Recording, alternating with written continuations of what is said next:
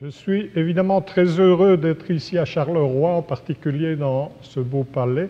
Je vous remercie d'être venus aussi nombreux. Je remercie en particulier le secrétaire perpétuel de l'Académie pour sa présence ici ce soir. Alors, comme on vient de vous le dire, je vais vous parler des halos, des couronnes, des arcs-en-ciel et d'autres merveilles du ciel. Vous m'entendez là dans le fond? Oui, ça va? Alors, c'est un sujet évidemment très vaste. Et il ne me sera pas possible, dans le temps qui m'est imparti, d'épuiser cette thématique. Voici le plan que nous allons suivre.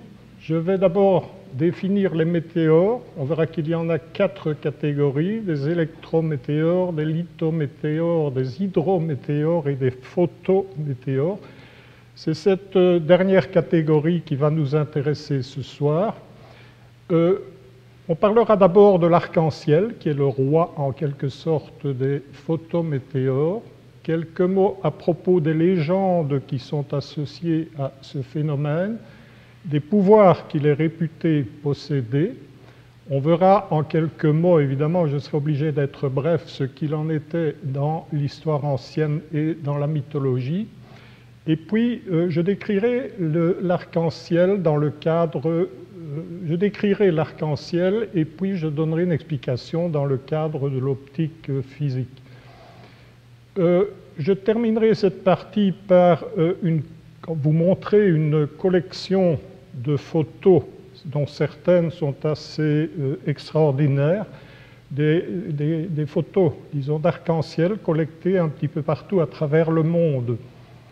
Dans la seconde partie de l'exposé, je vous parlerai des halos. On verra qu'il en existe de nombreux halos. Certains sont fréquents, d'autres beaucoup plus rares. J'en décrirai toute une série. Vous avez la liste ici. Et puis, dans la dernière partie de l'exposé, je vous parlerai des couronnes et des anticouronnes, qu'on appelle aussi les gloires. Et quelques mots pour terminer à propos des halos et des arcs-en-ciel dans ce que j'appelais la sagesse populaire, c'est-à-dire les dictons, les proverbes. Les météores, si l'on en croit le Larousse, un météore est un phénomène lumineux qui résulte de l'entrée dans l'atmosphère terrestre d'un corps solide venant de l'espace. Un synonyme, c'est une étoile filante. C'est une définition assez restrictive et selon l'Organisation météorologique mondiale, il y a une définition plus générale qui a été proposée et c'est une définition qui inclut la plupart des phénomènes atmosphériques directement perceptibles à l'exclusion des nuages. Dans la première catégorie, on trouve les électrométéores qui sont associés à des manifestations de l'électricité dans l'atmosphère terrestre essentiellement. Il s'agit des aurores polaires, des éclairs, de la foudre, des feux de Saint-Elme. Seconde catégorie, les lithométéores qui résultent de poussières, de projectiles qui traversent l'atmosphère. Parmi les lithométéores, on peut mentionner les étoiles filantes, les météorites, les bolides, la brume sèche, les tempêtes de poussière notamment. Troisième catégorie, les hydrométéores qui sont associés aux gouttes d'eau liquides ou solides dans l'atmosphère ou sur le sol. C'est le cas des brumes, des brouillards, de la pluie, de la neige. Et enfin, dernière catégorie qui est celle qui va nous intéresser ce soir, les photométéores. Il s'agit ici de phénomènes optiques dans l'atmosphère qui résultent de modifications de... Pas trop éblouissant, s'il vous plaît. Ah oui, c'est mieux. Qui résultent de modifications de la lumière du Soleil ou de la Lune par des phénomènes optiques, la réflexion, la réfraction, la diffraction, les interférences. Alors dans cette catégorie, on retrouve évidemment les halos, les mirages, les gloires, les couronnes, les arcs-en-ciel. C'est de cela dont il va être question ce soir. Les légendes associées à l'arc-en-ciel, d'après Lee et Fraser, deux Américains qui ont publié récemment un ouvrage très remarqué, The Rainbow Bridge. Il y a plus de 150 légendes qui sont associées à l'arc-en-ciel. On ne va évidemment pas les décrire toutes aujourd'hui. Je vais en mentionner quelques-unes rapidement. En Islande, en Polynésie, l'arc est considéré comme une arche dans laquelle circulent les dieux. En Nouvelle-Zélande, c'est une échelle post-mortem qui est empruntée par les âmes après donc, le décès. Aux Philippines, il en va de même à peu de choses près, sauf que c'est uniquement dans le cas d'une mort violente. Et puis, il y a toute une série de pays qui ont eu très peu de contacts civilisationnels au cours de l'histoire, du temps. Je pense à l'Albanie, à la Roumanie, à l'Australie, à l'Estonie, donc des pays très éloignés les uns des autres.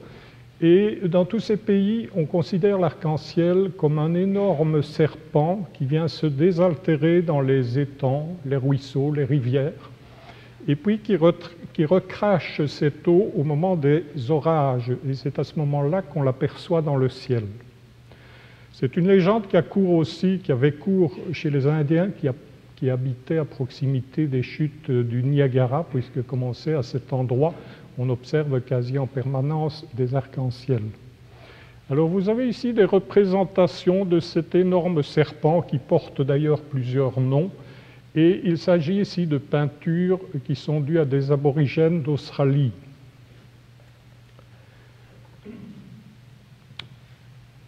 Il y a dans le sud de l'Algérie une région maintenant désertique, le Tassili Nanger, dont la capitale est Djanet.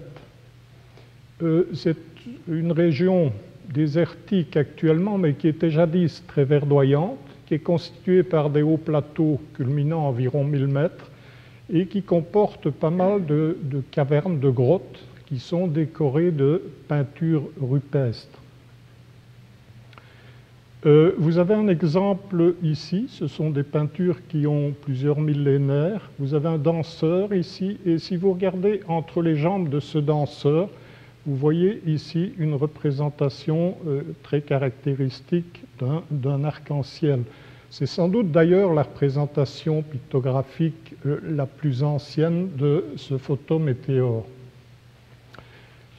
En Babylonie, il était de tradition de répertorier tous les événements majeurs, disons, qui se produisaient dans le ciel, comme les éclipses, les comètes, et il en allait de même pour les arcs-en-ciel. C'est ainsi qu'on dispose d'un texte qui est daté du 7e siècle avant Jésus-Christ, où on mentionne 3 arcs qui ont été observés, 3 arcs-en-ciel observés en quelques jours, en l'an de grâce 651. Chez ce même peuple et chez les Assyriens aussi, Ishtar était la déesse de la guerre, la déesse du plaisir aussi. Elle est souvent assimilée à Inanna chez les Sumériens. Et on la représente souvent avec un collier coloré autour du cou. D'après les historiens, il s'agirait d'une représentation de l'arc-en-ciel. Dans la mythologie nordique, l'arc-en-ciel porte le nom de Bifröst. Bifröst est un pont qui rejoint Midgard et Asgard, le royaume terrestre, le royaume céleste.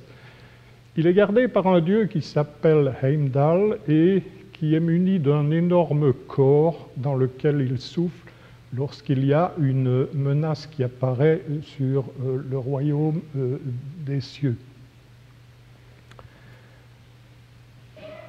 Dans la mythologie grecque, l'arc-en-ciel est assimilé à Iris, la messagère des dieux de l'Olympe.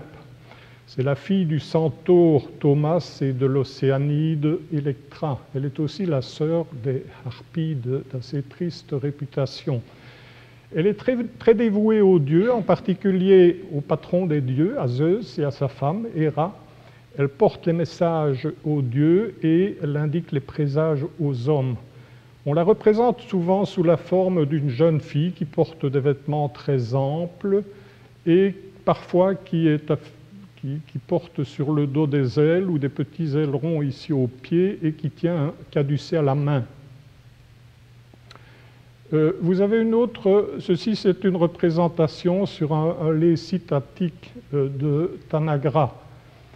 Une autre représentation ici qui vient d'une fresque florentine du palais Médicis. Et vous voyez la jeune fille qui est ici dans une barque. Et la raison, c'est qu'elle était censée contacter aussi, bien sûr, les dieux marins. Dans la tradition chrétienne, l'arc-en-ciel est mentionné à différentes reprises. On en trouve une trace notamment dans l'Apocalypse, qui est le dernier livre du Nouveau Testament, sous la forme d'une apparition à un personnage nommé Jean, qui se rend sur le chemin de Patmos, Patmos étant une île de la mer Égée.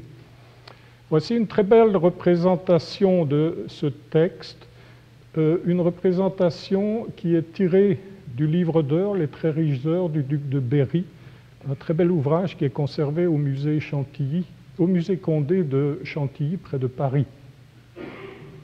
Alors le texte peut-être le plus connu dans la tradition chrétienne est relatif au déluge et provient de l'Ancien Testament, plus précisément de la Genèse. Lorsqu'un arc apparaît dans le ciel, il apparaît à Noé après le déluge et c'est un signe de réconciliation entre Dieu et les hommes. Voici une très belle représentation ici de ce texte qui provient, c'est une mosaïque qui provient de la chapelle palatine de Palerme. Pour ceux qui ont été visiter ça en Sicile, c'est vraiment de toute beauté. Une autre représentation ici d'une autre chapelle qui provient de l'église Saint-Sépulcre à Jérusalem. Et puis vous avez ici une peinture qui représente la même scène. On voit nettement l'arc-en-ciel dans le ciel. C'est une peinture de Théodore de Bry. Alors c'est un peu par chauvinisme que j'ai pris ici cette peinture. Théodore de Bry était un peintre d'origine liégeoise et qui a dû se réfugier en Allemagne suite aux persécutions dont étaient victimes les protestants. Les pouvoirs de l'arc-en-ciel. L'arc-en-ciel est réputé posséder certains pouvoirs. Dans certains pays comme la Chine, la Hongrie, le Mexique, c'est dangereux de montrer ce photométéore avec la main, car vous risquez d'avoir des ulcérations, des problèmes sur la main. Donc ça peut être très dangereux, il faut éviter cela. C'est même dangereux dans certains pays pour les enfants de simplement regarder le phénomène céleste. C'est le cas au Gabon, au Honduras, au Nicaragua. Il y a une tradition populaire en Amérique du Nord et dans beaucoup de pays européens selon laquelle il y a un trésor qui est caché au pied de l'arc. C'est le cas en Souabe où il s'agit d'une écuelle d'or.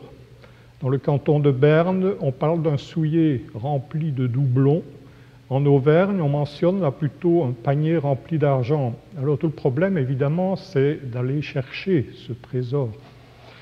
Dans d'autres pays, en Serbie, en Hongrie, en Albanie, l'arc-en-ciel a le pouvoir, paraît-il, de changer le sexe des personnes qui ont l'imprudence de passer sous son arc.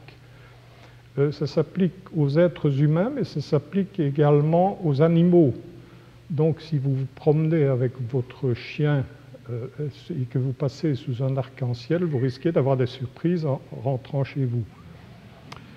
Dans les Andes péruviennes, il y a une maladie qui est connue, semble-t-il, qui est mentionnée en tout cas, la maladie du yoko. C'est une maladie qui affecte les femmes et si elles ont l'imprudence de marcher dans un ruisseau ou dans un étang avec les pieds nus quand il y a un arc-en-ciel dans le ciel, elles peuvent avoir le ventre qui commence à gonfler démesurément si on n'applique pas un remède adéquat. Donc voilà, il y a toute une série de traditions comme ça ou d'histoires qu'on raconte à propos de l'arc-en-ciel. Alors venons-en maintenant à une partie un peu plus sérieuse. Qu'est-ce qu'un arc-en-ciel et comment on l'explique? Alors vous en avez sans doute tous observé, mais peut-être certains d'entre vous ne l'ont jamais regardé en détail. Alors, quand on observe un arc-en-ciel, généralement, on voit un premier arc. Ça peut être une partie d'arc de cercle, ou ça peut être, dans les cas favorables, un demi-cercle. C'est ce qu'on appelle l'arc primaire. Vous avez la distribution des couleurs qui apparaît ici, donc on passe du bleu au rouge, en passant par le vert, le jaune, ainsi de suite. À l'extérieur, vous avez un second arc qu'on appelle l'arc secondaire. Cet arc secondaire étant à peu près, approximativement 2 fois plus large, donc la largeur angulaire est double de l'arc primaire. Et, fait important, les couleurs sont inversées dans cet arc secondaire par rapport à l'arc primaire. Entre les deux, vous avez une zone plus sombre qu'on appelle la bande sombre d'Alexandre, Alexandre d'Aphrodise, qui vécut au IIe, IIIe siècle après Jésus-Christ. Qu'est-ce qu'on peut encore dire? Oui, dans certains cas favorables, on peut observer dans la partie intérieure de l'arc primaire, mais ici vers le haut, ou à l'extérieur de l'arc secondaire, également vers le haut, on peut observer des arcs supplémentaires qu'on appelle des arcs surnuméraires. Vous avez un agrandissement ici dans le petit carré. On verra tout à l'heure à quoi ces arcs sont dus. Alors, l'intensité de l'arc secondaire par rapport à l'arc primaire, c'est approximativement 2 fois moins intense, 43% pour être précis. Quelques exemples d'arcs tels qu'on peut les observer. Voilà un arc qui a été photographié au-dessus du stade olympique de Melbourne. Ici, c'est plus prosaïque, c'est au-dessus du pays de Herf, ici également. On peut observer évidemment un arc qui est produit aussi, pas uniquement avec de la lumière solaire, voire de la lumière lunaire, mais également avec une source de lumière artificielle. Voilà par exemple un arc qui a été obtenu à l'aide d'un arrosoir. Un arc qui est produit ici par un jet d'eau sur le lac de Genève. Voilà un arc ici qui montre assez clairement les arcs surnuméraires dans la partie supérieure. Et encore une photo ici, un arc qui est produit par des embruns sur des côtes turques. Encore deux très belles photos. Certains d'entre vous reconnaissent peut-être ces sites. Ici, ce sont les chutes d'Iguazu au Brésil, la frontière entre le Brésil et l'Argentine. Un endroit très spectaculaire, et vous voyez un très bel arc-en-ciel ici dans la partie centrale. Ici, il s'agit des chutes Victoria sur le Zambèze, à la frontière entre la Zambie et le Zimbabwe. Bon, si l'on souhaite expliquer l'arc-en-ciel, il faut évidemment faire référence à toute une série de phénomènes optiques. Alors peut-être pour certains d'entre vous, la physique est assez loin, et je me suis permis de faire ici quelques brefs rappels pour décrire ces différents phénomènes optiques qui interviennent lorsqu'on souhaite donner une explication de ce photométéore. Le premier phénomène, c'est la réflexion de la lumière. Alors bon, c'est bien connu, hein. I égale R, l'angle d'incidence égale l'angle de réflexion. C'est une loi très ancienne puisqu'on l'attribue généralement à Euclide vers 300 avant Jésus-Christ. Dans le cas de l'arc-en-ciel, le phénomène de réflexion intervient dans les gouttes d'eau, ici à l'arrière de la goutte. Vous avez le rayon lumineux qui pénètre dans les gouttes d'eau, on verra le détail tout à l'heure, et il est réfléchi et il émerge ici dans la direction indiquée vers le bas. Donc, premier phénomène, réflexion. Deuxième phénomène, la réfraction. La réfraction intervient lorsqu'un rayon lumineux passe d'un milieu moins dense à un milieu plus dense ou réciproquement d'un milieu dense à un milieu moins dense. Et elle est accompagnée d'un changement de direction ici dans la zone de transition. La loi de la réfraction, on la connaît depuis Snell et Descartes. Sinus I sur sinus R égale le rapport des indices de réfraction des deux milieux concernés. Alors, en fait, la loi est due au Hollandais Snell, mais Descartes en a eu connaissance, se l'est appropriée et l'a publiée avant Snell. C'est la raison pour laquelle son nom est associé également à cette loi. Dans le cas de l'arc-en-ciel, le phénomène de réfraction intervient lorsque le rayon lumineux pénètre dans les gouttes d'eau. Il change de direction ici à l'entrée, ce qui est accompagné d'ailleurs d'une dispersion chromatique. Il est réfléchi à l'arrière et émerge ici en dessous avec de nouveau un changement de direction. Donc le phénomène de réfraction intervient à l'entrée et à l'émergence du rayon lumineux dans la goutte. La diffraction intervient aussi. Alors la diffraction, c'est quoi? Si vous envoyez un rayon lumineux sur un écran vertical qui est percé d'un petit trou dans la partie centrale, vous allez observer ce qui se passe au-delà de l'écran et vous allez observer une figure qui présente des maxima et des minima d'intensité qui peuvent être circulaires dans le cas d'une ouverture circulaire ou qui peuvent être rectangulaires ou carrés dans le cas d'une ouverture de ce type. Donc c'est le phénomène de diffraction qui a été étudié pour la première fois par Grimaldi au XVIIe siècle.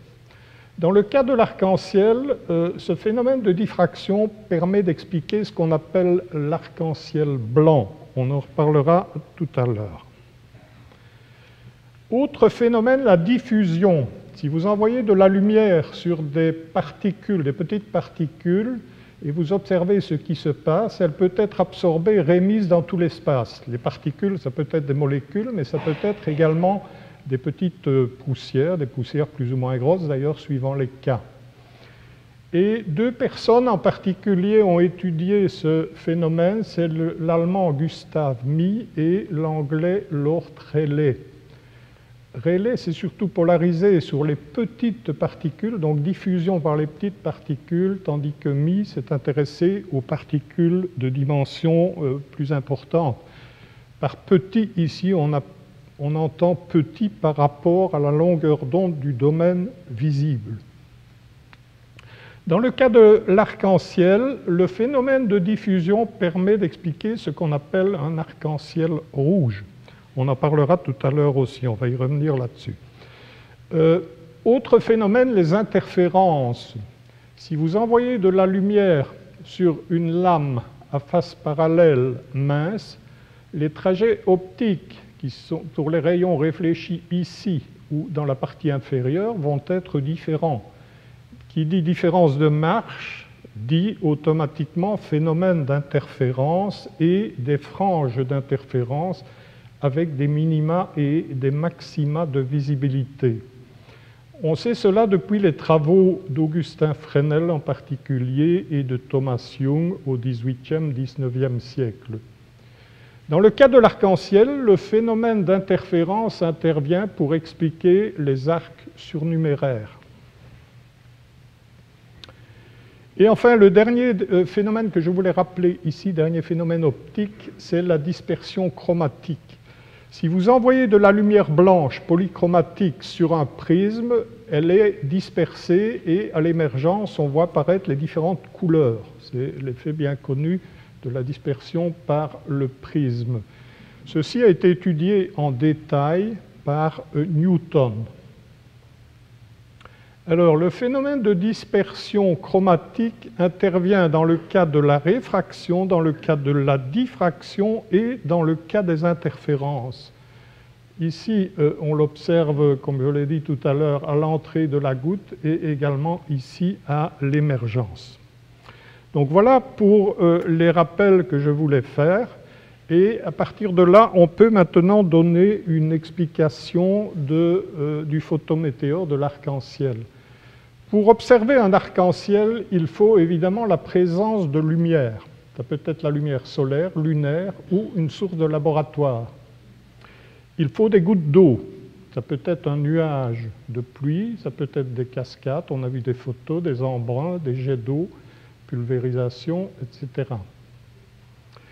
Il est important de savoir que l'arc-en-ciel que vous observez est différent de l'arc-en-ciel que va observer votre voisin qui est situé à 50 à 100 mètres de vous. Donc c'est un phénomène en quelque sorte qui vous est personnel, qui vous est propre. Sous nos latitudes, on n'observe pas d'arc-en-ciel si l'élévation du Soleil est supérieure à 42 degrés. Autrement dit, en été, vous n'avez aucune chance d'observer un arc-en-ciel aux environs de midi. Vous l'observerez en début de journée ou en fin d'après-midi. C'est un peu différent en hiver puisque l'élévation du Soleil est moindre. Donc on l'observe à ce moment-là pendant une plus grande partie de la journée. Si l'arc-en-ciel est vu en projection sur le sol, on parle d'un arc en terre. S'il est vu en projection sur la mer, on parlera d'un arc en mer. Dans certains cas, on peut voir, je vous en montrerai des photos tout à l'heure, des photos assez exceptionnelles, on peut voir un cercle complet. On parlera dans ce cas-là d'un cercle en ciel. Alors on l'a vu tout à l'heure, il y a la bande sombre d'Alexandre, parfois la présence d'arcs surnuméraires. Et il faut savoir qu'en ce qui concerne les arcs d'ordre supérieur, donc il y a l'arc primaire, secondaire, mais il y a aussi les arcs d'ordre supérieur, tertiaire, quaternaire, quinaire, oui. Et on peut aller très haut d'ailleurs. Au laboratoire, on est allé jusqu'à 20. Donc les arcs d'ordre supérieur sont observables, du moins dans la nature, jusqu'au numéro 5. Mais ils sont très difficiles à observer, ils sont très très faibles. Je vous montrerai des photos tout à l'heure. Alors d'un point de vue du détail des trajets optiques, vous avez les rayons lumineux qui sont issus du Soleil, qui arrivent ici. Il y a des gouttes d'eau, une distribution de gouttes d'eau. Les rayons sont réfractés, réfléchis, réfractés et retransmis en direction de l'œil de l'observateur.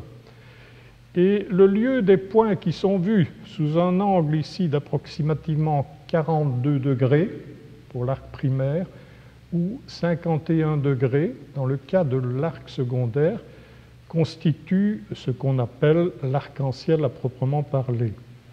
Le point central ici du phénomène, c'est ce qu'on appelle le point antisolaire. Donc voilà une description d'un arc. Si l'on regarde plus en détail à l'intérieur des gouttes d'eau, qu'est-ce qui va se passer? Le rayon lumineux arrive sur la goutte, est réfracté, réfléchit ici à l'arrière, réfracté une seconde fois et émerge en direction de l'œil de l'observateur.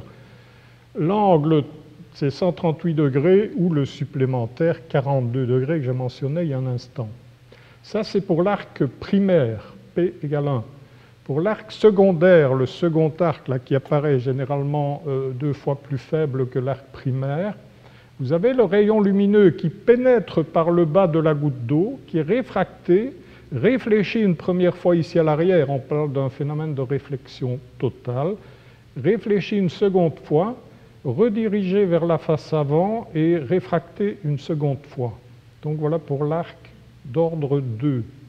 Pour l'arc d'ordre 3, vous avez une réflexion, 2 réflexions, 3 réflexions à l'arrière de la goutte d'eau. Et pour les arcs d'ordre supérieur, vous pouvez avoir 4, 5, 6 réflexions. Alors voici quelques valeurs numériques, je ne sais pas, peut-être vous ne savez pas les lire en détail, là, dans le fond en tout cas, peut-être au premier rang, j'espère, oui. Voilà quelques valeurs numériques. On a donné ici les valeurs des longueurs d'onde. Pour le domaine visible, vous avez 4000 angstroms ici pour le violet et 8000 angstroms pour le rouge. Ou, si vous préférez les nanomètres, 400 nanomètres et 800 nanomètres. On voit que l'indice de réfraction pour les gouttes d'eau, c'est environ 1,33. Et on a calculé ici les angles de déviation pour l'arc primaire d'une part, première colonne, et pour l'arc secondaire d'autre part. On voit que ici c'est aux environs de 42 degrés, mais ça varie évidemment avec la couleur, et ici aux environs de 51 degrés. Oula, qu'est-ce qui se passe?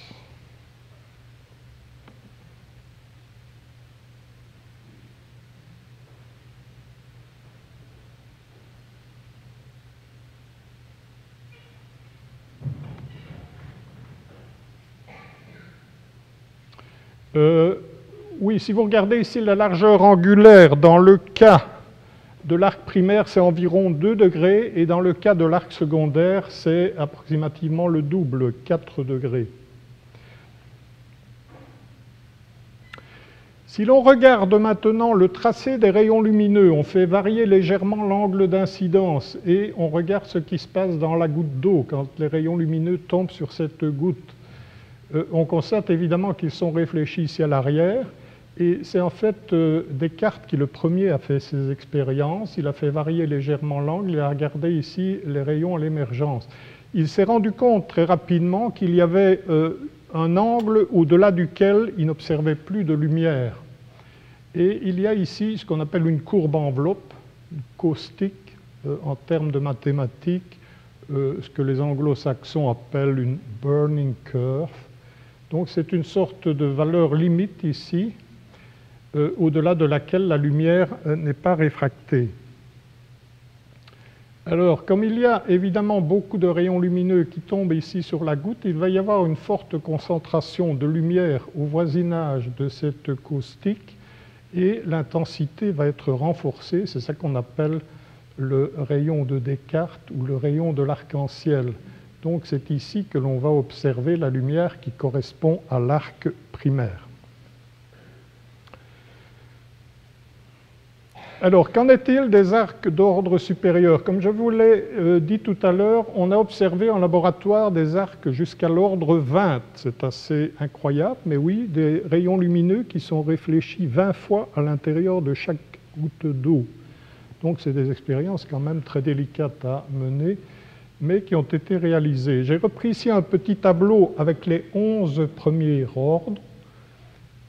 Les angles de déviation qui correspondent au rouge d'une part, au bleu d'autre part, et la largeur angulaire. Alors vous voyez dans ces deux colonnes que les angles de déviation varient très fortement d'un ordre à l'autre, d'une part, que la largeur angulaire, elle augmente assez rapidement lorsque l'ordre augmente, l'ordre est indiqué ici dans la première colonne, et j'aurais pu ajouter une colonne avec les intensités. On aurait remarqué que l'intensité diminue rapidement, elle, lorsque l'ordre augmente. Alors, on peut regretter évidemment que l'intensité diminue rapidement parce que, en pratique, comme on l'a vu tout à l'heure sur les photos, on observe surtout les premiers et second ordres. Vous avez l'observateur ici, la lumière qui vient du soleil dans le dos de l'observateur.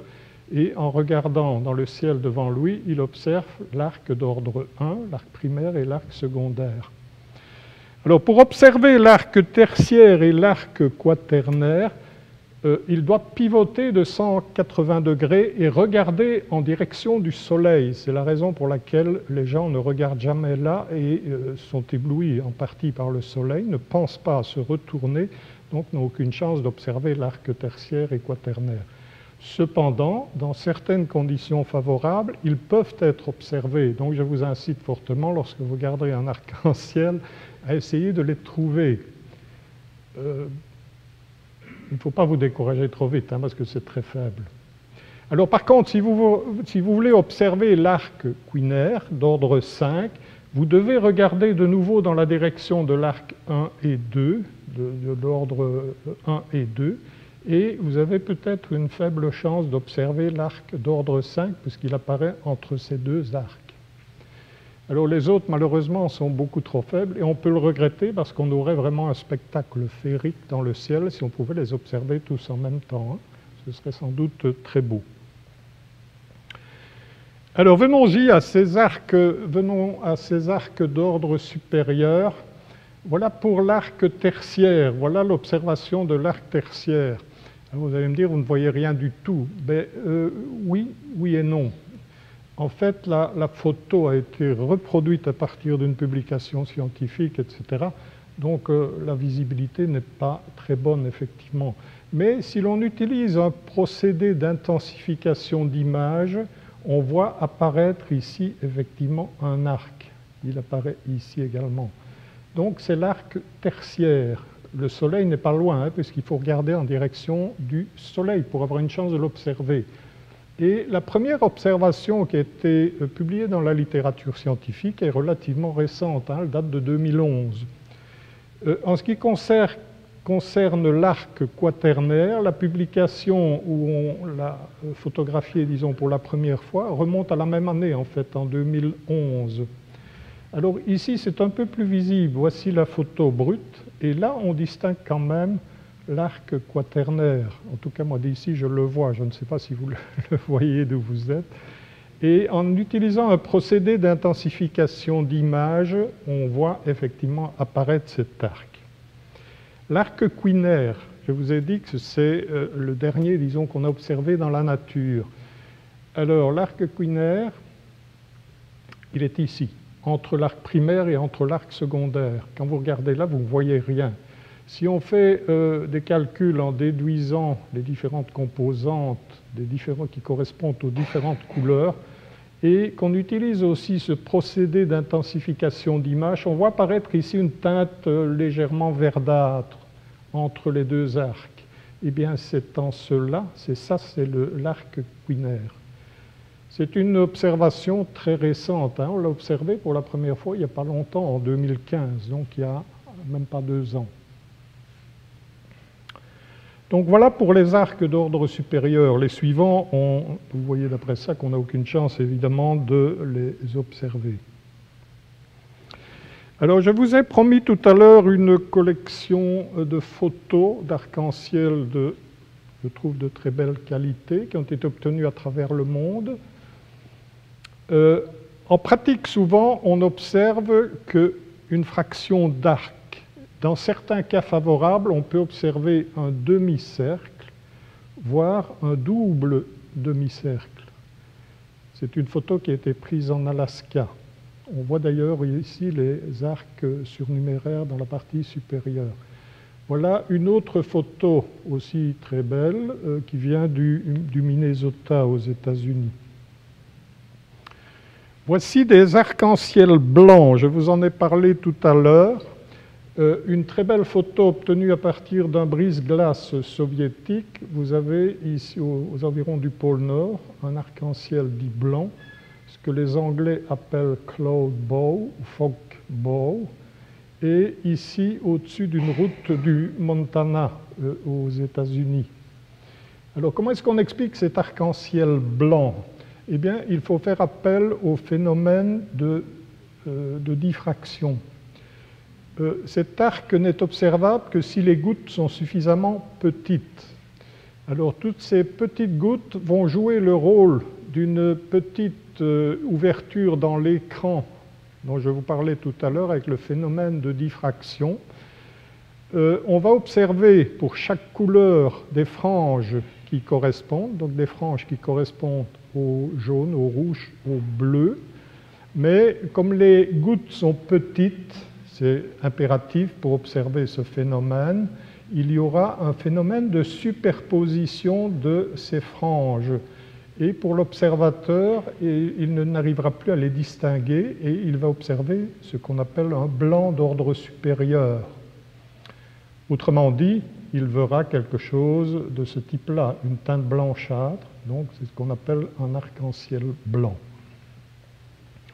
Alors d'autres photos des arcs-en-ciel rouges dans ce cas-ci, qui sont obtenues, ces photos, aux environs, enfin à proximité du coucher ou du lever du soleil. Je n'ai pas indiqué ici les endroits où les photos ont été obtenues, ça n'a pas tellement d'importance d'ailleurs. Alors pour expliquer ces arcs-en-ciel rouges, il faut faire appel ici au phénomène de diffusion dont je vous ai parlé tout à l'heure. Quand le soleil est bas sur l'horizon, soit au coucher ou au lever, les couches atmosphériques traversées par les rayons lumineux sont plus épaisses. Autrement dit, il y aura davantage de la diffusion par les particules et surtout les molécules d'air. D'après une loi qui est établie par Lord Rayleigh, la diffusion est en 1 sur lambda 4, lambda étant la longueur d'onde. Autrement dit, la radiation bleue est beaucoup plus diffusée que la radiation rouge. Il y a un facteur 10 approximativement entre les deux. Donc la lumière qui vient du Soleil va être diffusée essentiellement dans les radiations bleues. Ce qui parviendra à l'observateur, c'est ce qui reste, c'est-à-dire la radiation rouge-rougeâtre. Ce qui explique que l'arc-en-ciel qui sera perçu par l'observateur aura une dominante rouge-rougeâtre, comme c'est le cas sur ces figures. Alors voici, je vous ai promis tout à l'heure un cercle en ciel. En voici un. C'est une photo assez exceptionnelle, parce que vous vous doutez bien que ce n'est pas facile à obtenir. C'était obtenu ici par un parachutiste. On verra encore une plus belle dans un instant, qui était une photo qui a été obtenue par la NASA. Alors, je vous ai dit aussi que dans certains cas, on peut observer la projection d'un arc sur le sol. On parle d'un arc en terre. Vous avez un bel exemple ici, dans un site prestigieux que peut-être certains d'entre vous reconnaissent. C'est le Machu Picchu, au Pérou. Alors, voici, en partie du moins, un arc en mer. Ça a été photographié à partir d'un hélicoptère de la NASA. Et vous voyez la projection, elle est partiellement sur la mer, mais il faudrait s'élever encore un peu plus haut pour avoir la projection totale. Voilà la photo dont je vous parlais. C'est une photo assez extraordinaire qui a été obtenue par la NASA, et vous voyez un cercle en ciel entier, et même un second, l'arc secondaire. C'est une photo qui a été prise au-dessus de l'Australie. Regardez-la bien parce que vous aurez rarement l'occasion d'en voir dans votre vie. Alors, il est possible d'observer une extension spatiale supérieure à un demi-cercle si vous vous élevez en altitude. Voilà un exemple. Vous avez plus qu'un demi-cercle ici parce que vous êtes sur une montagne. Cette photo a été prise à l'observatoire du MMT, le Multi-Mirror Telescope, en Arizona. Et vous voyez ici un arc qui est quand même de belle facture. Ceci, c'est un document photographique aussi assez extraordinaire. C'est ce que les anglo-saxons appellent wheel and spoke, donc une roue de vélo avec des rayons. S'il y a un nuage relativement dense qui s'interpose entre l'arc-en-ciel et l'œil de l'observateur, les rayons lumineux vont être diffusés en direction du point antisolaire. Et pour l'observateur, par un effet de perspective, il va observer quelque chose qui ressemble à des rayons d'une roue de vélo. Et dans certains cas, on peut même observer un mouvement si le nuage se déplace de manière adéquate, donner l'impression que la roue est en train de tourner. Voilà un autre exemple de ce phénomène très spectaculaire photographié au-dessus du Bryce Canyon aux États-Unis. C'est vraiment une très belle photo aussi. On peut observer des arcs-en-ciel avec de la lumière solaire, mais on peut en observer également avec de la lumière lunaire. Aristote, dans ses écrits, 3e, 4e siècle avant Jésus-Christ, en parlait déjà. Il disait d'ailleurs que c'était effectivement beaucoup plus rare, et il parlait d'une observation tous les 50 ans, si ma mémoire est bonne. Mais effectivement, je ne sais pas si vous le distinguez d'où vous êtes, il y a effectivement des photos qui existent avec des arcs-en-ciel lunaires. Alors, c'est difficile à observer pour deux raisons au moins. La première, c'est que l'intensité de la lumière lunaire est beaucoup plus faible que l'intensité de la lumière solaire. Ça, c'est le premier problème. L'autre problème, c'est que l'œil humain est très mal adapté, ou n'est pas du tout adapté d'ailleurs, à la perception des couleurs la nuit. La vision scotopique nocturne diffère de la vision photopique diurne par le fait que dans un cas, dans l'autre, ce sont les bâtonnets ou les cônes qui interviennent de façon prédominante. Et la nuit, vous aurez des difficultés pour percevoir les couleurs, ça on s'en rend bien compte. Autrement dit, pour avoir une photo, un document de ce type-ci, il faut utiliser obligatoirement une caméra, un appareil photographique avec un temps de pause très long. Alors voici encore des documents, je trouve, photographiques de toute beauté. J'en parle à l'aise puisque ce n'est pas moi qui les ai obtenus. Ici, c'est un arc-en-ciel réfléchi dans un lac en Alaska. La même chose ici en Namibie. Vous voyez l'arc-en-ciel primaire et le phénomène ici réfléchi dans l'eau du lac. Ici, vous avez deux morceaux d'arc, l'arc primaire et puis un second arc qu'on appelle un arc par réflexion. Attention, ce n'est pas l'arc secondaire parce que si vous regardez la distribution des couleurs, elle est la même dans cet arc que dans le premier ici. Donc ce n'est pas un arc secondaire, c'est un arc vu par réflexion. Ici, des photos vraiment exceptionnelles. C'est des photos qu'on a peut-être l'occasion une fois dans sa vie de réaliser. Ici, dans cette photo, par exemple, qui provient de Norvège, qui a été obtenu un document photographique qui date de 2004, vous voyez au moins 6 arcs différents.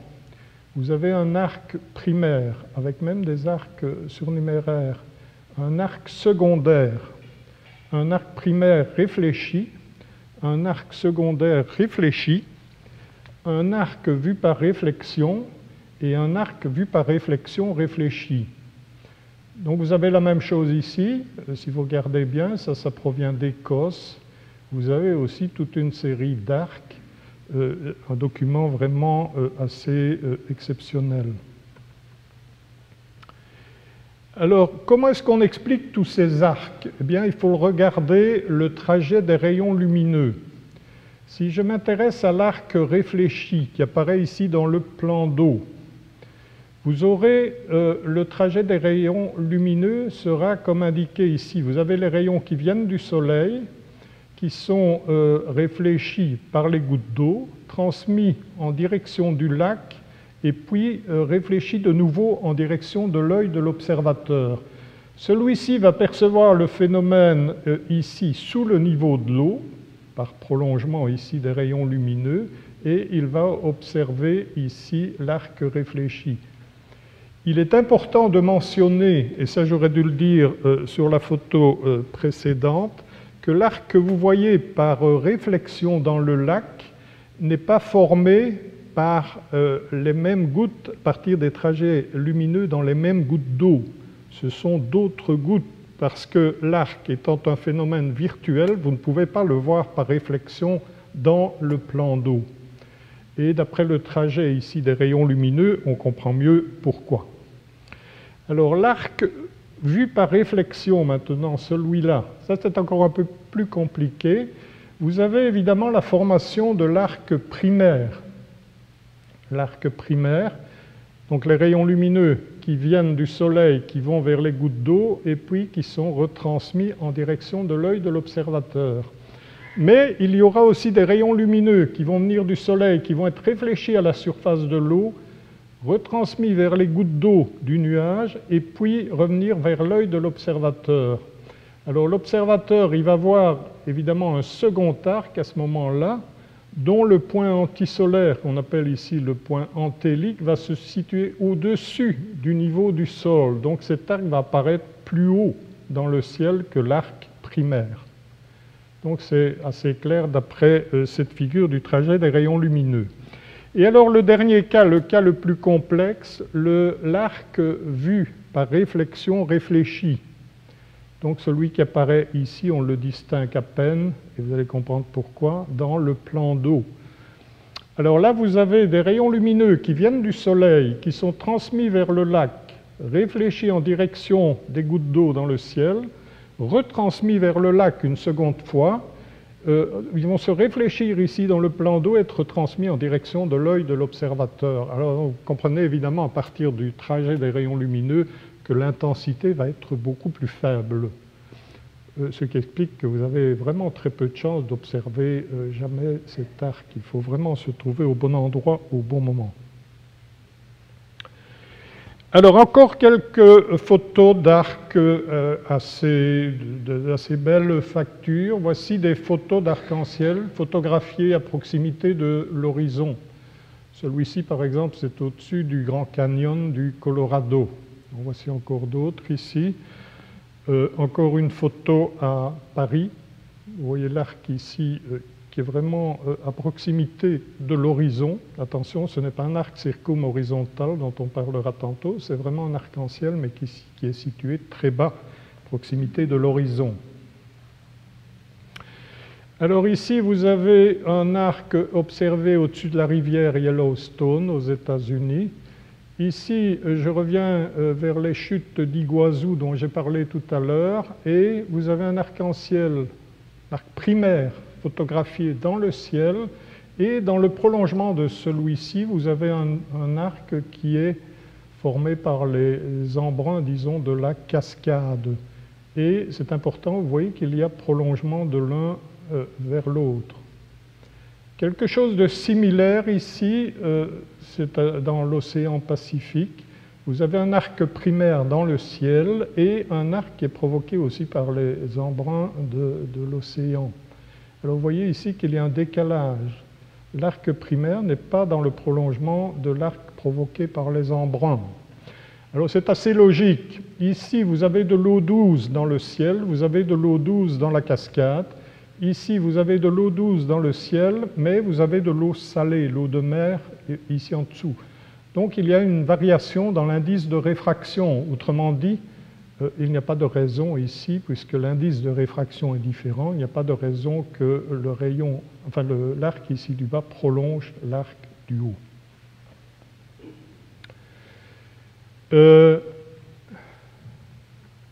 Une belle photo aussi, c'est les chutes de Gullfoss en Islande, un endroit que je vous conseille de visiter en été plutôt qu'en hiver, parce qu'il fait vraiment très froid.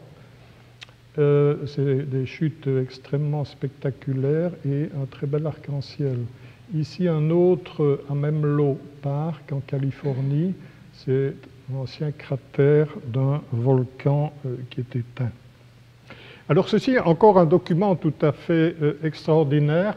Ça a été obtenu aux États-Unis en 2004. Donc vous avez un arc-en-ciel, un ciel très, très sombre, et vous avez un ouragan ici qui s'approche en direction de l'observateur.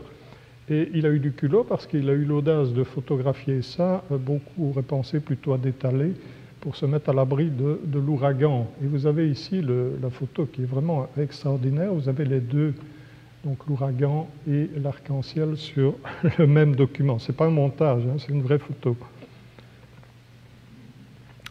Des arcs-en-ciel très spectaculaires aussi, lorsque les gouttes d'eau qui sont dans le ciel tombent vers le sol, elles vont augmenter naturellement de dimension, elles vont devenir de plus en plus grosses.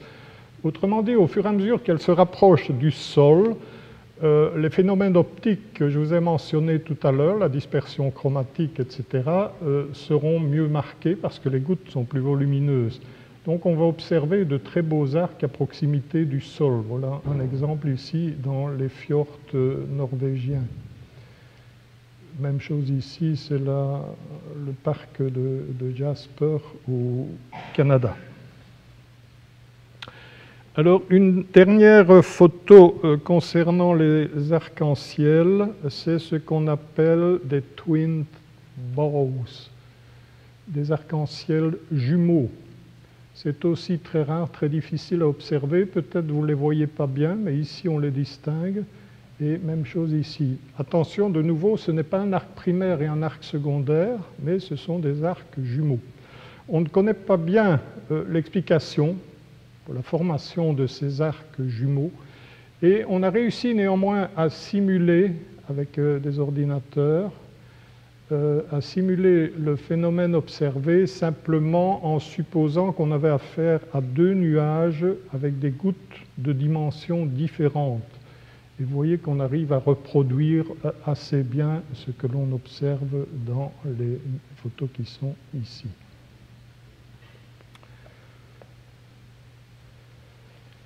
Alors, je ne sais pas quelles sont les traditions ici.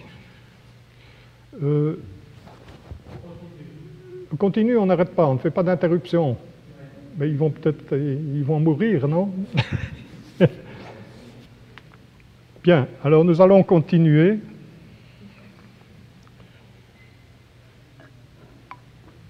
Dans la seconde partie de cet exposé, je voudrais discuter quelque peu des halos. Pour observer un arc-en-ciel, vous devez avoir une source lumineuse et vous devez avoir un nuage formé par des gouttes d'eau. Dans le cas d'un halo, vous devez avoir aussi une source lumineuse, mais vous devez avoir un nuage de glace. Autrement dit, on observe les halos, surtout dans les régions nordiques, à proximité des pôles. On en observe quelquefois sous nos latitudes, mais c'est beaucoup plus rare. Alors voici deux exemples de halos. Voici un halo lunaire. Alors de nouveau, là, j'espère que vous les voyez d'où vous êtes. C'est pour ça que j'ai essayé d'assombrir au maximum tout à l'heure. Donc vous avez ici un cercle à 22 degrés, qui est ce qu'on appelle un halo de 22 degrés, obtenu avec de la lumière lunaire. Ici, ce sont des halos solaires. Vous avez aussi un halo, un cercle de 22 degrés, et puis vous avez d'autres phénomènes qui interviennent, qui apparaissent en même temps. Vous avez ce qu'on appelle des parélies, un cercle parélique, un arc tangent supérieur et un arc de Paris. On va en reparler dans un instant. Les cristaux de glace, la glace cristallise dans des formes relativement simples.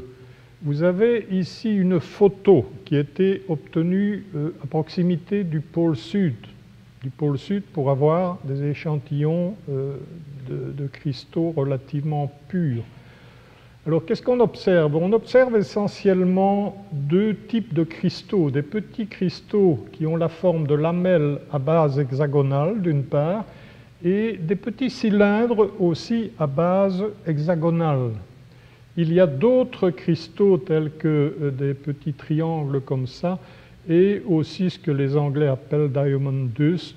Ce sont des pyramides accolées par la base et tronquées. Ils interviennent moins dans la discussion qui va suivre. On va surtout s'intéresser à ces cristaux-là et à ceux-là. Alors, une petite idée pour les dimensions. Vous avez un grossissement ici 100 à 1500 et vous voyez l'échelle qui est concernée ici.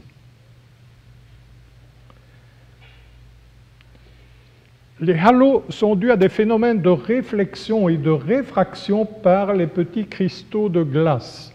Si je me polarise sur les petites lamelles à base hexagonale, il y a trois angles en fait qui vont intervenir, qui sont concernés. Il y a un angle de 60 degrés, obtenu comme vous le voyez là, un angle de 90 degrés entre la face horizontale et la face verticale, et puis un angle de 120 degrés. La dispersion chromatique n'apparaît que pour les angles de 60 et 90 degrés. Pour donner une visualisation des halos, il serait évidemment, ce serait le mieux de les présenter à trois dimensions. D'un point de vue pratique, ce n'est pas très commode et on les représente souvent sous la forme indiquée ici. J'ai représenté sur cette figure un certain nombre de halos parmi les plus fréquents. Il y en a beaucoup des halos, on va en voir une série, et il y en a d'autres qui sont très rares dont on ne parlera pas. Alors, quelques mots. Vous avez un halo de 22 degrés, des parélies de 22 degrés, un halo de 46 degrés avec les parélies correspondants, des parélies de 90 ou de 120 degrés. Vous avez le Soleil qui occupe ici le centre de la figure, un pilier ou une colonne supérieure, un pilier, une colonne inférieure, des arcs tangents supérieurs, un arc de Paris, un arc circumzénital, des arcs tangents infralatéraux et un arc tangent inférieur. Bon, voilà quelques exemples. Alors, il est possible évidemment de modéliser tous ces phénomènes lumineux, tous ces halos. Il y a des codes pour ordinateur qui existent. Vous supposez une forme pour les petits cristaux de glace et vous faites tourner le programme en supposant un nombre, une certaine quantité de cristaux, et vous obtenez les résultats, les simulations qui sont indiquées ici à gauche. Donc voilà ce que l'on peut faire, et en tout cas on peut vérifier dans de nombreux cas que l'interprétation que l'on donne du phénomène optique que l'on observe est correcte. Alors on peut s'imaginer que les petits cristaux de glace, quand ils sont en suspension dans l'air, qu'ils ont un comportement très chahuté. Bien non, il n'en est rien. Ils sont relativement stables, autant les petites lamelles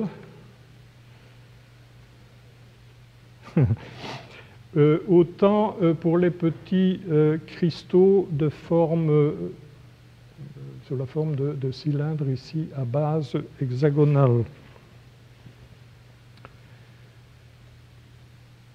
Ces petits cristaux ici, ces petites lamelles peuvent tourner évidemment un petit peu autour d'un axe vertical, mais en restant quand même relativement stable dans l'espace. Et dans certains cas, il peut y avoir néanmoins un phénomène de rotation autour d'un axe comme indiqué là. Même chose ici, les petits cristaux peuvent tourner légèrement ici autour d'un axe horizontal ou ils peuvent tourner alors autour d'un axe vertical, mais tout en restant quand même relativement stable dans l'espace, ce qui explique qu'on a le temps évidemment d'observer la formation du photométéore. Alors suivant les cas, on obtient évidemment des halos différents. Une petite remarque, il est de tradition de donner un nom à certains de ces halos. C'est le nom de la personne qui les a observés pour la première fois. On va décrire successivement quelques halos relativement communs, le plus fréquent étant sans doute le halo de 22 degrés. Voici un exemple produit par le Soleil. Alors on s'arrange évidemment quand on fait la photo pour mettre quelque chose ici devant le Soleil pour ne pas être ébloui. Alors voici un halo de 22 degrés obtenu dans le cas de lumière lunaire. Les trajets lumineux dans les cristaux, ces petits cristaux-là, qui sont responsables de ce halo de 22 degrés, les trajets lumineux ont la forme indiquée ici. Alors vous devez évidemment imaginer dans l'espace des millions de petits cristaux qui sont répartis comme ça dans le ciel, et le lieu de tous les points ici qui sont vus sous un angle de 22 degrés va constituer un cercle tel qu'on peut l'observer là. Voici quelques photos. Un coucher de soleil ici, un halo qui apparaît à proximité du coucher de soleil, un autre ici observé en Angleterre. Cette photo-là est très belle, mais malheureusement, je crains que vous ne voyez pas les détails. C'est un halo lunaire, ce qui explique que la photo est sombre, mais en arrière-plan, ici, on voit des reflets verdâtres qui sont dus à des aurores polaires. Donc c'est un halo qui est superposé sur des aurores polaires. Encore des photos assez spectaculaires, celle-ci obtenue à proximité du pôle sud, et ici en Floride, encore un coucher de soleil. Oui, alors ici c'est un autre phénomène optique, mais qui est associé au précédent, c'est ce qu'on appelle les parélies. Faux soleil, œil de bouc quelquefois, ou en anglais sundock ou mock sun. Il s'agit des petites taches lumineuses qui apparaissent à proximité du cercle de 22 degrés. Ces petites taches lumineuses sont provoquées par les rayons qui traversent ces petites lamelles, comme indiqué ici sur la figure. Un petit mot pour la nomenclature. Le français, comme vous savez, est souvent très compliqué.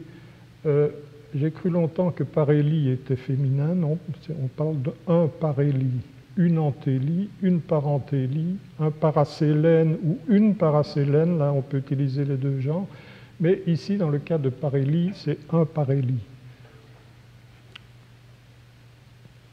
Alors voici des exemples de toute une série de photos ici obtenues en Finlande. Donc vous voyez chaque fois les points, les taches lumineuses qui apparaissent à proximité du cercle. Elles peuvent être un peu écartées de ce cercle, on va voir pourquoi dans un instant. Elles peuvent être plus intenses ou moins intenses, et ceci dépend fortement de l'élévation du Soleil dans le ciel. Voici une modélisation, une simulation avec différentes élévations du Soleil, 2, 10, 20, 30, 40 degrés. Vous voyez, les taches ici sont relativement intenses et touchent le cercle. Ici, elles sont plus faibles, mais elles touchent encore le cercle. Et puis, elles s'en écartent progressivement et elles apparaissent de moins en moins visibles. Donc, l'effet, l'élévation du Soleil dans le ciel, et c'est le cas pour d'autres phénomènes qu'on va montrer, est prépondérante. Voilà encore des photos avec chaque fois indiqué l'élévation qui correspond. Et on retrouve bien le cas qui correspond à la simulation. Donc ici, vous avez des photos et là, vous avez des simulations. Une très belle photo, il s'agit justement de parasélènes, donc des parélies obtenus avec de la lumière lunaire dans ce cas-ci. Donc on voit ici les taches qui apparaissent nettement et on observe ici en dessous ce qu'on appelle un pilier inférieur. On va en parler dans une minute. Dans certains cas, et vous en avez déjà vu sur les photos précédentes, on peut observer au-dessus du cercle de 22 degrés ce qu'on appelle un arc tangent. L'arc peut être tangent supérieur ou tangent inférieur. Voilà un arc supérieur, voilà un arc inférieur. Ceci, ce sont des modélisations et ça, ce sont des photos. Alors, l'explication, les trajets lumineux bleu et rouge respectivement pour expliquer l'arc supérieur ou l'arc inférieur. Voilà un arc inférieur photographié en Alaska. Il y a aussi un pilier inférieur et voici la simulation et vous voyez qu'on arrive à reproduire relativement bien ce que l'on observe.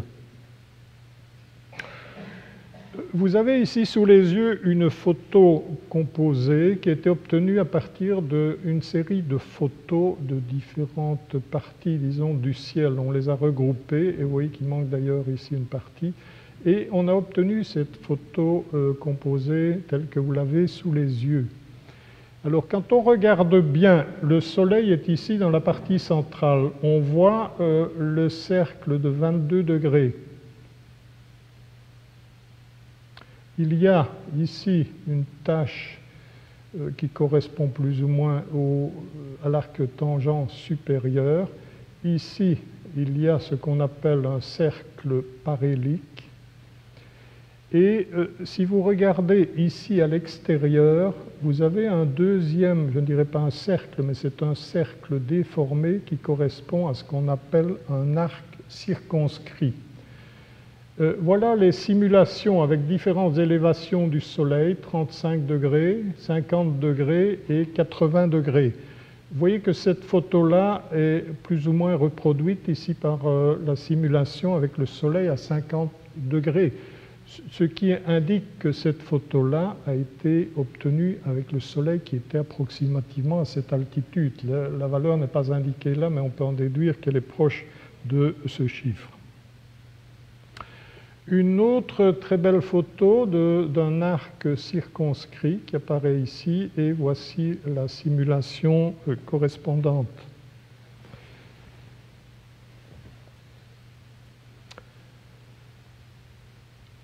Dans de nombreuses situations, on peut observer ce qu'on appelle des piliers lumineux. Alors, c'est assez spectaculaire, vous avez l'impression, c'est comme une colonne de lumière, très intense dans certains cas, vous en avez deux exemples ici.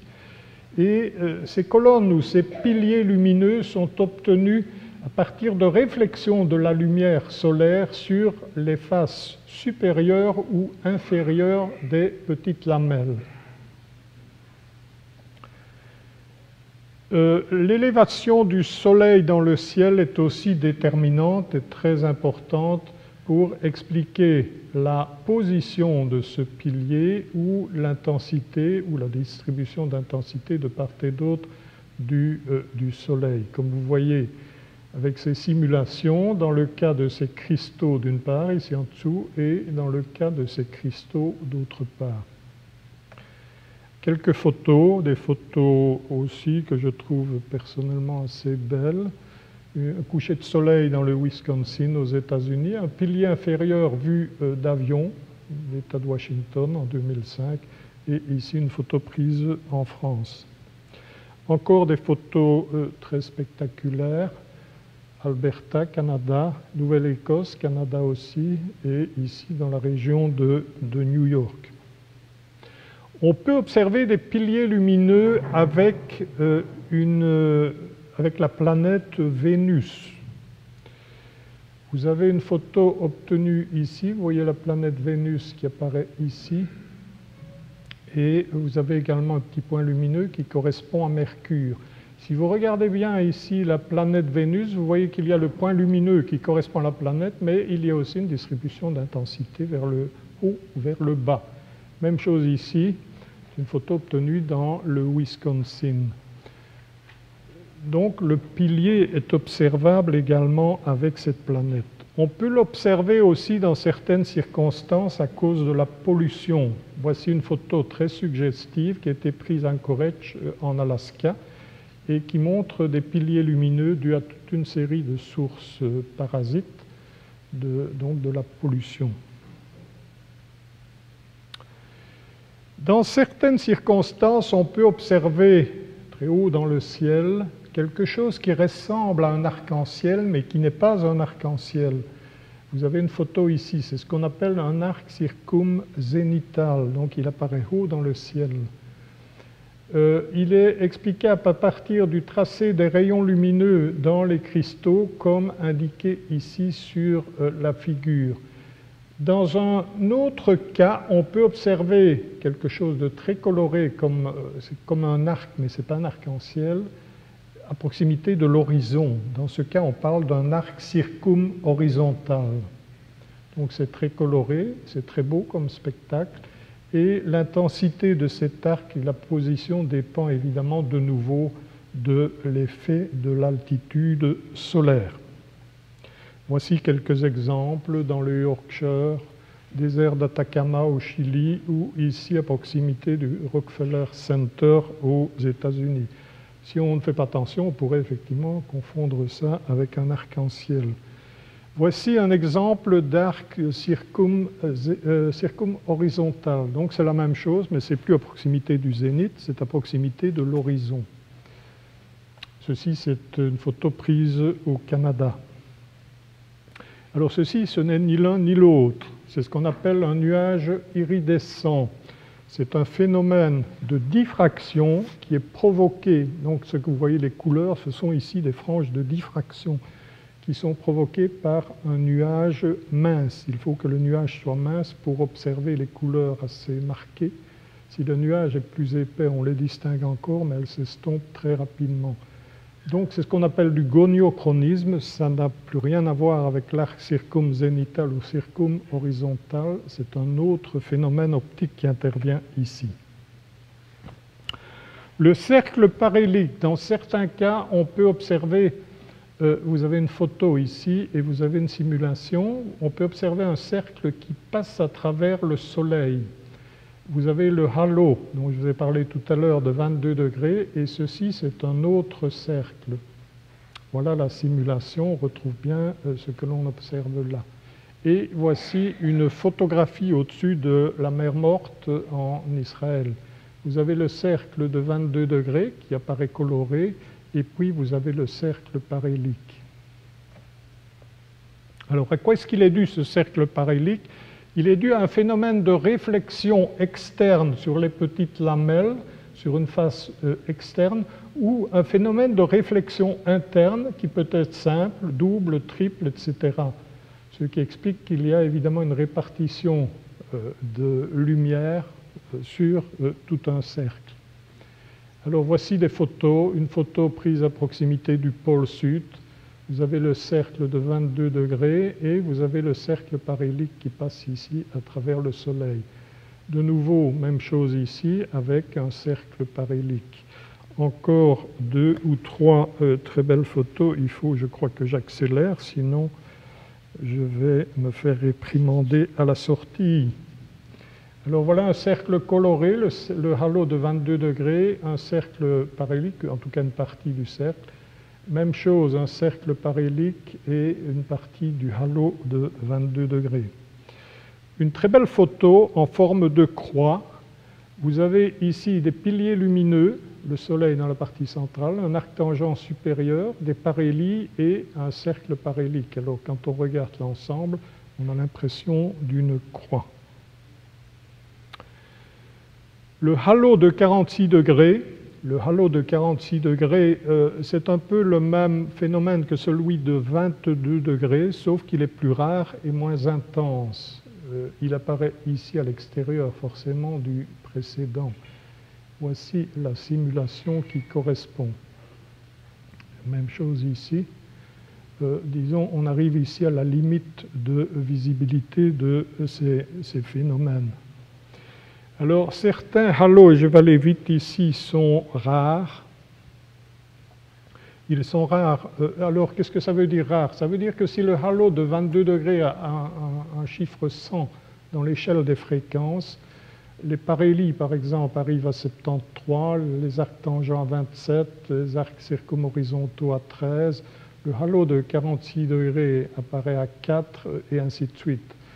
Alors, il y a toute une faune, un zoo de phénomènes optiques, qui certains sont mentionnés ici.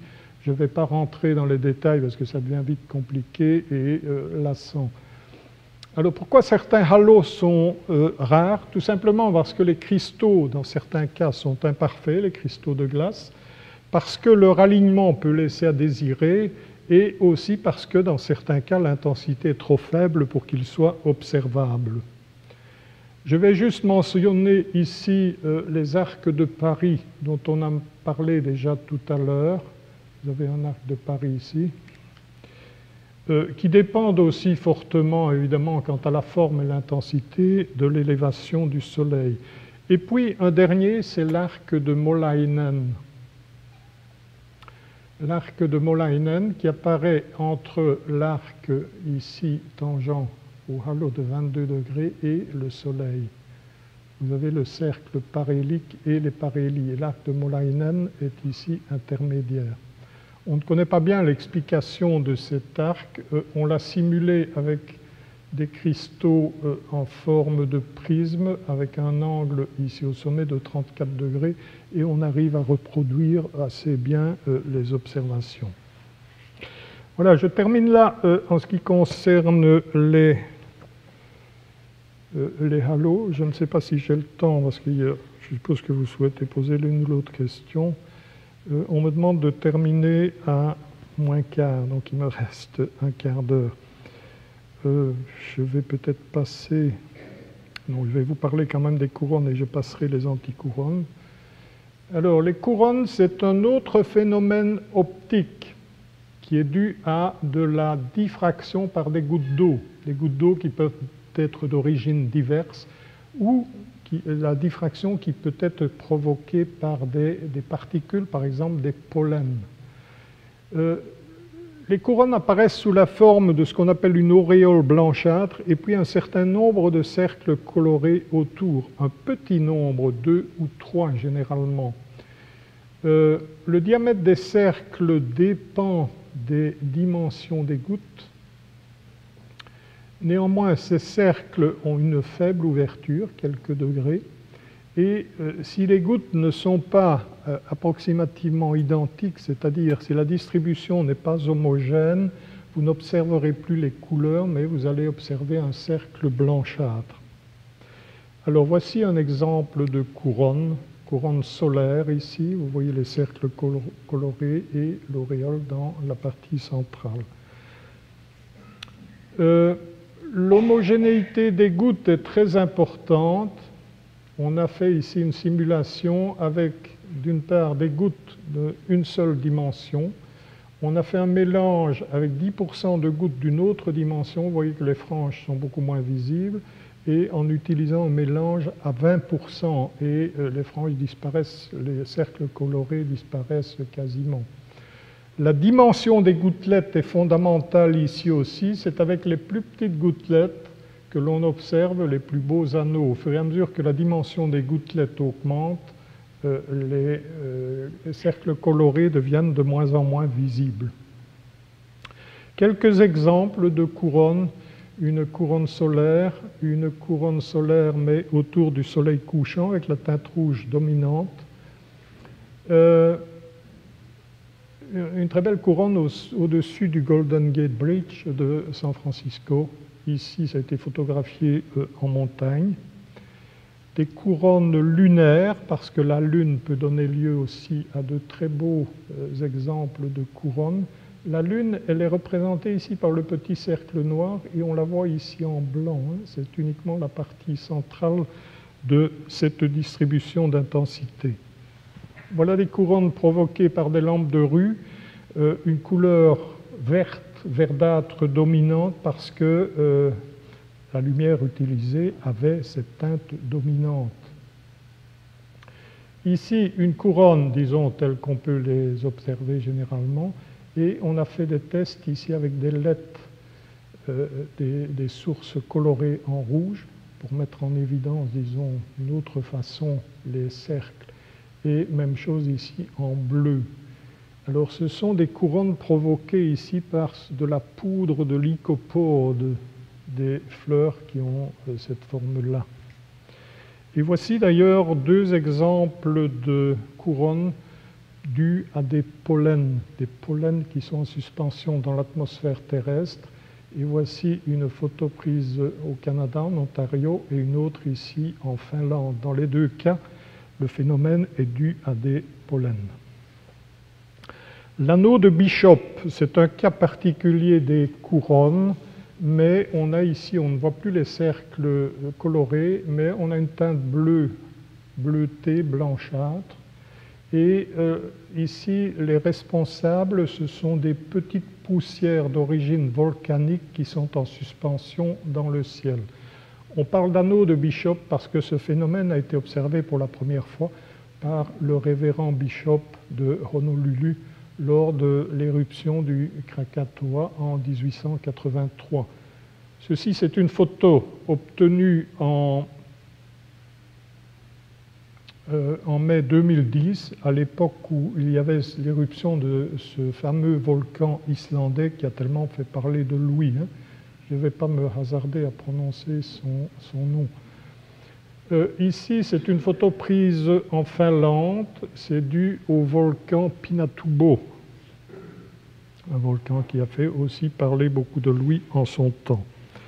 Alors, je vais passer la suite et je vais, oui, peut-être dire deux mots, j'ai encore le temps, je crois, à propos des halos, des arcs-en-ciel dans la sagesse populaire, c'est-à-dire dans les dictons, les proverbes. Alors, il y a pas mal de dictons, de proverbes qui mentionnent le halo et surtout l'arc-en-ciel. J'en ai repris quelques-uns ici. Alors, la question qu'on peut se poser, est-ce que ça traduit vraiment la sagesse populaire? Halo autour du soleil ou de la lune, pluie ou neige bientôt. Ça, c'est pas très sorcier, logiquement, ça doit être le cas. Celui-ci est un peu plus subtil. Halo de lune au loin, pluie qui s'approche, halo proche, pluie qui s'éloigne. Alors là, d'un point de vue descriptif, si vous avez un halo au loin, cela signifie que les gouttes qui provoquent le phénomène optique sont de très petites dimensions. Elles sont au loin, donc il y a de fortes chances que quand elles vont se rapprocher, ce sera de la pluie avec des gouttes plus importantes. Par contre, si c'est un halo proche, cela signifie que les gouttes responsables du phénomène optique sont suffisamment volumineuses, donc la pluie qui s'éloigne, s'il pleut déjà, forcément la pluie ne peut que s'éloigner. Donc logiquement, ce n'est pas trop mal. Alors, si l'on regarde l'arc-en-ciel, tous ces proverbes, ici il y en a 4, traduisent en fait la même chose. Si vous voyez un arc-en-ciel le matin, vous avez de fortes chances d'avoir de la pluie dans la journée. Si vous voyez un arc-en-ciel en fin de journée, il y a de fortes chances qu'il fera beau le lendemain. Alors, est-ce que ça traduit une réalité objective? Eh bien oui, dans la mesure où, si vous voyez un arc-en-ciel le matin, le soleil se lève à l'est et se couche à l'ouest. Si vous voyez l'arc-en-ciel le matin, ça veut dire que vous tournez obligatoirement le dos au soleil, donc vous regardez vers l'ouest. Alors dans les pays occidentaux, en Europe occidentale, la plupart des phénomènes atmosphériques se déplacent de l'ouest vers l'est. C'est la direction des vents dominants. Ça veut dire que vous regardez en direction de l'ouest et vous avez les nuages de pluie qui sont là-bas à l'ouest. Ils vont être poussés par le vent dans votre direction. Donc logiquement, vous allez avoir de la pluie dans la journée. Par contre, si vous observez l'arc-en-ciel en fin d'après-midi, vous regardez vers l'est parce que le soleil se couche à l'ouest. À ce moment-là, vous voyez le nuage du côté ouest, donc comme le vent vient de l'ouest vers l'est, il s'écarte de vous. Donc il y a de fortes chances que vous allez avoir dans les prochaines heures du beau temps. Donc ces proverbes, ces dictons sont relativement réalistes et traduisent la sagesse populaire. Alors j'en ai trouvé quelques-unes en ce qui concerne le halo. Vous savez les lire là ou pas? Je dois vous les lire. Oui? Donc la vie est un halo lumineux, une enveloppe semi-transparente qui nous entoure depuis notre naissance. Je vous laisse libre de l'interprétation de tout ce qui va suivre. La chance est un diable avec un halo. Ça se défend. L'hypocrisie est un préjudice avec un halo. L'indignation morale est de la jalousie avec un halo. C'est pas trop mal trouvé, je trouve. J'attendais, et ça c'est un optimiste qui a écrit ça, c'est un écrivain américain, j'attendais d'être auréolé d'un halo. Ce serait une lampe de chevet tellement plaisante, effectivement. Le halo de la Lune, et ça c'est de Patrick Sébastien, que vous connaissez bien, c'est quand E.T. téléphone à la maison. Effectivement, vu la rareté du phénomène, c'est assez joli comme expression. Alors, en ce qui concerne l'arc-en-ciel, lorsque j'étais petit, a dit un acteur italien, j'étais tellement pauvre que même l'arc-en-ciel, je le voyais en noir et blanc. Si un arc-en-ciel dure plus d'un quart d'heure, on ne le regarde plus. Autrement dit, on se lasse vite de la beauté. C'est Goethe qui a dit ça. Tu ne trouveras jamais d'arc-en-ciel si tu regardes toujours en bas. C'est plein de philosophie, ça. C'est de Charlie Chaplin. Selon un proverbe allemand, désolé mesdames, j'y suis pour rien, 3 choses sont fugitives, l'écho, l'arc-en-ciel et la beauté des femmes. Enfin, une tradition allemande qui remonte au Moyen-Âge assure qu'il n'y aura aucun arc-en-ciel pendant les 40 années précédant la fin du monde. Voir un arc-en-ciel est donc plutôt rassurant. Je vous remercie pour votre attention.